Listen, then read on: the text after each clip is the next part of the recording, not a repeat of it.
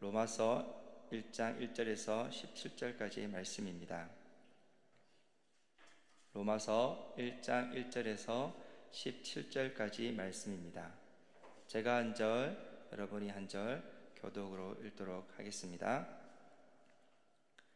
예수 그리스도의 종 바울은 사도로 부르심을 받아 하나님의 복음을 위하여 택정함을 입었으니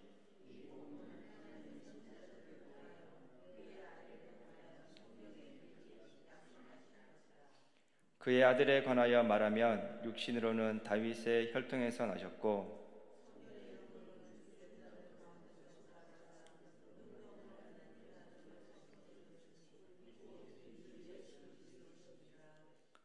그로 말미암아 우리가 은혜와 사도의 직분을 받아 그의 이름을 위하여 모든 이방인 중에서 믿어 순종하게 하나니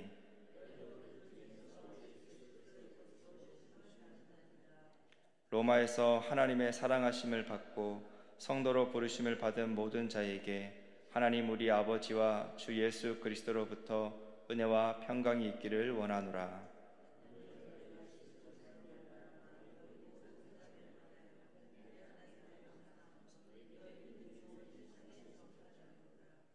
내가 그의 아들의 복음 안에서 내 심령으로 섬기는 하나님이 나의 증인이 되시거니와 항상 내 기도에 쉬지 않고 너희를 말하며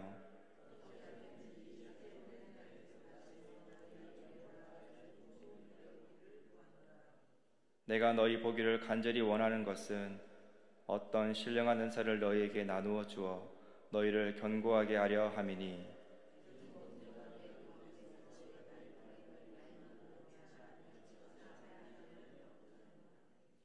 형제들아 내가 여러 번 너희에게 가고자 한 것을 너희가 모르기를 원하지 아니하노니 이는 너희 중에서도 다른 이방인 중에서와 같이 열매를 맺게 하려 함이로되 지금까지 길이 막혔도다.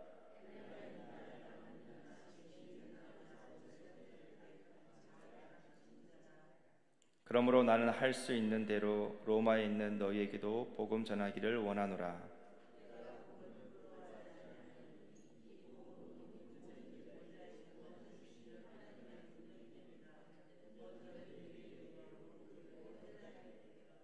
다 같이 읽도록 하겠습니다. 복음에는 하나님의 의가 나타나서 믿음에 이르게 하나니 기록된 바 오직 의인은 믿음으로 말미암아 살리라 함과 같으니라. 아멘. 6월 20일은 세계 난민의 날입니다. 난민은 인종, 종교 또는 정치적, 사상적 차이로 인한 박해를 피해 외국이나 다른 지방으로 탈출하는 사람들을 일컬어 말합니다. 제주 예멘 난민 사태를 기억하고 계신지 모르겠습니다. 2016년에서 2018년 사이에 예멘 출신 난민 550명이 제주도에 입국한 사건을 말합니다. 그들은 제주도에 입국 후에 대한민국 정부에 난민 지위 요청을 해왔었습니다. 550명의 사람들이 동시에 제주도에 들어와서 당시에 사회적으로 큰 이슈가 되었고 또 찬성과 반대로 여론이 갈라져서 한동안 진통을 겪었던 그런 시절이 있었습니다. 현재는 412명의 사람들이 인도적 체류를 허가받았고 제주에 남은 사람은 약 100명 정도가 있다고 합니다. 난민의 삶을 한번 생각해 본다면 돌아갈 수 없는 국가와 또 있을 수 없는 국가 그 사이에 놓여 있겠다 할 수 있겠습니다. 어디에도 얽매이지 않기 때문에 자유를 얻었다고 말할 수 있을까요? 우리는 자유를 이야기할 때 무엇으로부터 얽매이지 않는 상태를 생각하고 또 이야기하는 경향이 있습니다.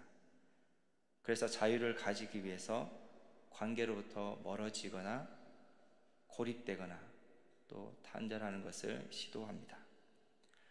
자유를 느끼기 위해서 평소에 하지 않았던 일 그리고 하고 싶은 일을 마음껏 해보려고 합니다. 현재 내가 하고 있는 일은 오히려 나의 자유를 제한한 것으로 생각하기도 합니다. 그리고 결국 이 모든 것들로부터 멀어짐으로, 또한 궁극적으로 끊어짐으로 자유가 있다고 믿습니다. 한병철 교수는 시간의 향기라는 책에서 자유에 대해서 다음과 같이 말하고 있습니다.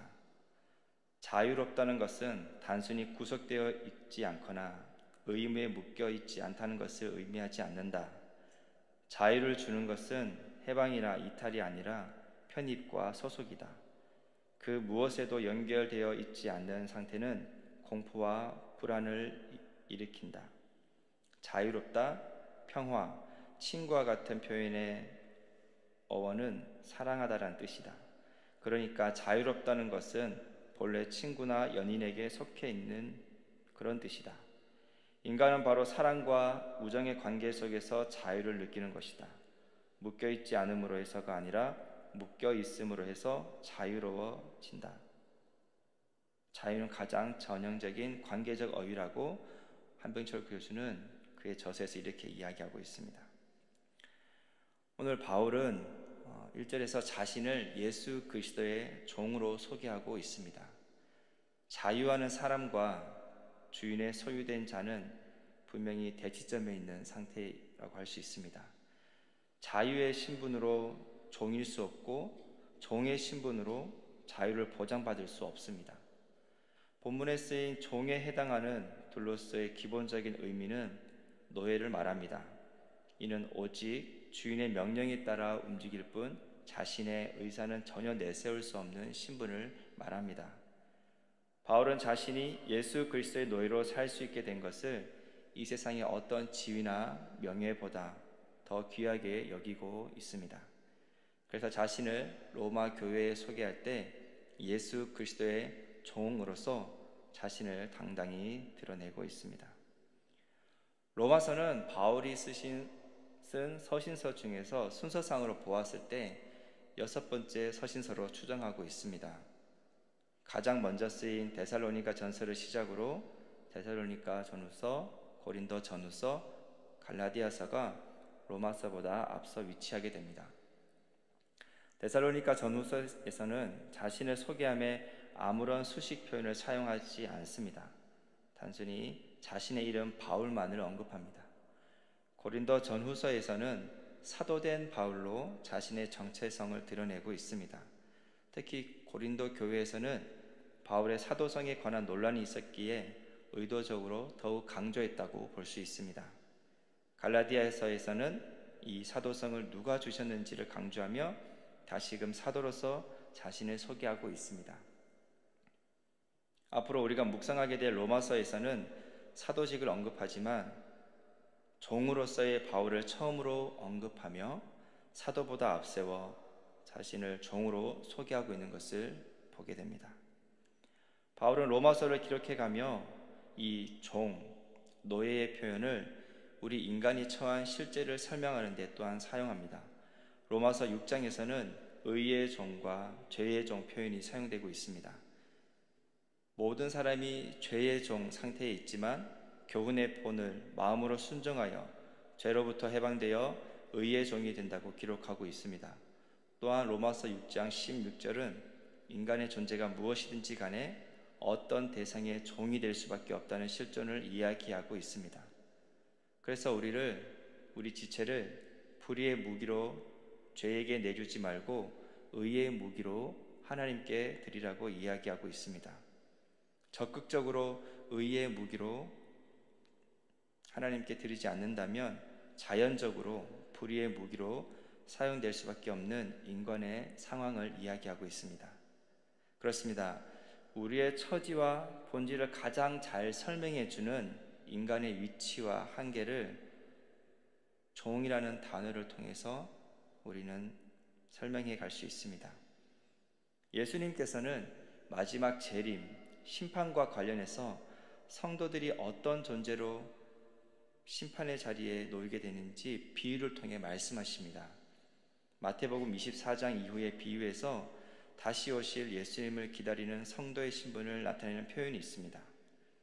무화과 나무 비유에서는 충성되고 지혜 있는 종, 또 그렇지 못한 악한 종으로 비유하고 있습니다. 달란트 비유에서는 착하고 충성된 종과 악하고 게으른 종으로 또한 말씀하셨습니다. 그리고 악하고 게으른 종은 평가로서의 말이지만 평가가 끝나고 심판의 자리로 나갈 때는 무익한 종으로 표현하였습니다. 바깥 어두운 데로 내쫓으라. 거기서 슬피 울며 이를 갈리라 라고 말씀하셨습니다. 하나님 나라 마지막 재림 그리고 심판과 관련해서 설명하실 때 비유 속에서 예수님께서는 이 종의 신분을 예로 들어서 자주 설명하셨습니다.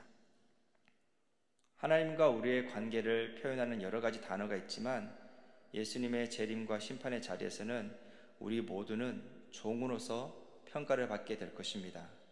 여기에는 아무도 예외가 없습니다. 착하고 충성된 종으로 수고에 대한 위로와 격려를 받을지 아니면 악하고 게으른 종으로 안일함과 나태함에 대한 책망과 심판을 받을지 우리의 선택이 남아 있습니다. 주인의 뜻을 알고도 준비하지 아니하고 그 뜻대로 행하지 아니한 종은 많이 맞을 것이요 알지 못하고 맞을 일을 행한 종은 적게 맞으리라. 무릇 많이 받은 자에게는 많이 요구할 것이요 많이 맡은 자에게는 많이 달라 할 것이니라. 그렇습니다. 종은 주인의 뜻을 아는 자입니다. 종은 주인의 뜻대로 하는 자입니다. 이 두 가지 중 어느 것 하나 소홀하다면 또 무시한다면 종일 수 없습니다. 우리 예수님은 하나님의 뜻과 계획을 아셨습니다. 그렇기 때문에 십자가 처형을 거부하지 않으셨습니다. 능력이 부족해서 십자가를 피하지 못한 것이 아닙니다. 종으로 이 땅에 오신 예수님은 보내신 아버지의 뜻을 이루는 것에 자신의 전 존재를 내어드림으로 화답하셨습니다. 말씀을 마무리해 보려고 합니다. 예멘 출신의 난민은 한국에서 난민 지위를 인정받아 자유의 삶을 살고 있습니다. 아이들은 학교를 통해 교육을 받고 있고 현지인들도 힘들어하는 육체 노동을 통해서 삶을 이어가는 사람들도 있습니다. 난민 수용에 대해서 그 어떠함을 떠나서 오늘 본문과 관련해서 우리가 생각해 볼 수 있는 것은 무엇이겠습니까? 바로 자유의 시작은 소속에서 시작된다는 것입니다. 어떤 대상으로부터 속해 있을 때에 자유가 가능하다는 것입니다.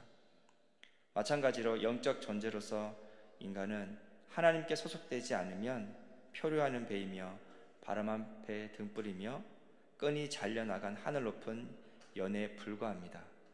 하나님께 소속되어 우리가 종으로 살아갈 때 진정한 자유와 삶을 그 의미를 찾아갈 수 있습니다. 잠언 25장 13절에서는 이렇게 이야기하고 있습니다. 충성된 사자는 그를 보낸 이에게 마치 추수하는 날의 얼은 냉수 같아서 능히 그 주인의 마음을 시원하게 하느니라. 한 번밖에 없는 인생, 돌아오지 않는 오늘의 시간, 예수 그리스도의 종으로 살아 인생의 진정한 자유를 누리는 성도 여러분의 삶이 되기를 바랍니다. 말씀을 기억하며 함께 기도하도록 하겠습니다. 개인과 가정 그리고 교회와 세상에서의 예수 그리스도의 종의 삶을 통해 자유를 주신 것에 감사합시다. 또한 종으로 하나님의 뜻을 잘 알고 순종하는 삶을 치열하게 살아내도록 성령께서 도우시길 우리 마음을 다해 기도하는 시간을 우선 갖도록 하겠습니다.